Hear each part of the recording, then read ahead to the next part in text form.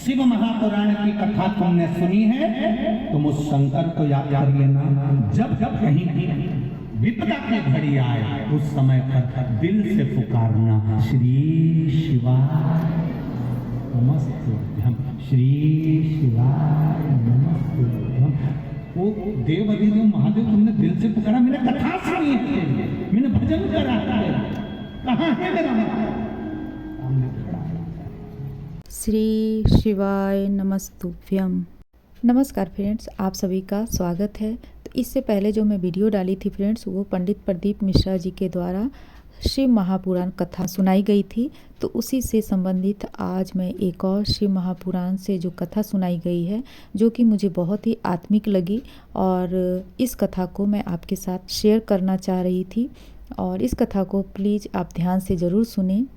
तो आइए कथा का श्रवण करते हैं, यानी सुनते हैं। ये तो तुम्हारा थोड़ा सा समय चाहिए। दो दरवाजे पर, दो द्वार पर जो समय देना चालू कर देता है तो उसका समय बदलना भी प्रारंभ हो जाता है।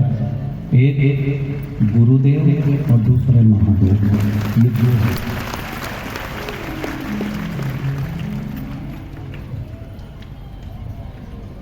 जिसने गुरुदेव के यहाँ पर जाकर गुरु आश्रम में, गुरु सेवा में, जहाँ पर अपनी सेवा प्रदान करी है, और दूसरा है महादेव के द्वारा।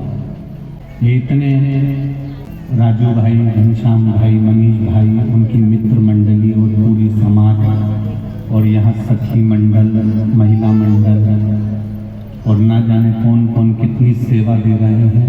तो आपको ये प्रसन्नता होना चाहिए कि हम किस जगह पर सेवा दे रहे हैं। एक तो सेवा दे रहे हो देवाधिदेव महादेव के यहाँ, और दूसरी सेवा दे रहे हो शिव महापुराण, जिसको हम गुरु मानकर चलते हैं। उस गुरु देव को और महादेव को आपने समय दिया है, तो आपका भी समय सुधरने में देरी नहीं लगेगी, निश्चित है वो समय।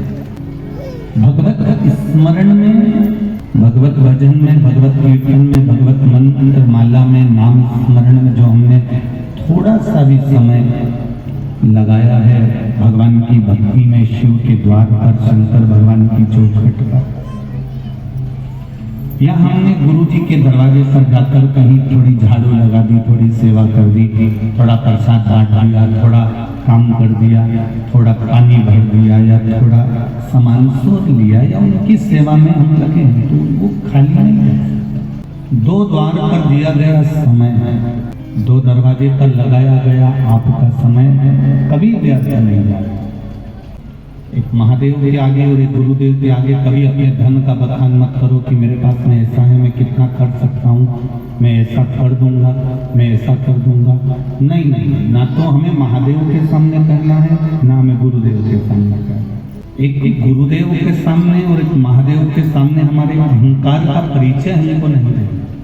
थोड़ा सा अहंकार राजा परीक्षित के मस्तक पर चढ़ गया था, थोड़ा सा अभिमान राजा परीक्षित को आ गया था, थोड़ी सी अभिमतता राजा परीक्षित को आ गई थी, तो मृत्यु उसके करीब में आ गई। गुरु जी के दरवाजे पर जाकर उसने दिखाया क्या? केवल अहंकार को दिखाया।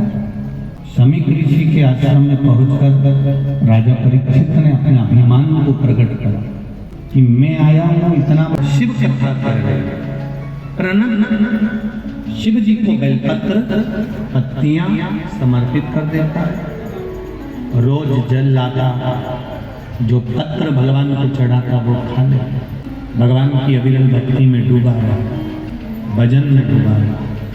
एक बार झोपड़ी बनाने के लिए लकड़ी काट रहा, और लकड़ी काटते समय उसके हाथ में चोट लग गई। चोट लगी तो उसके हाथ में से रक्त निकलना था, उस रक्त की जगह पत्तियों का रस निकल गया। ध्यान देना जरा इस बात पर।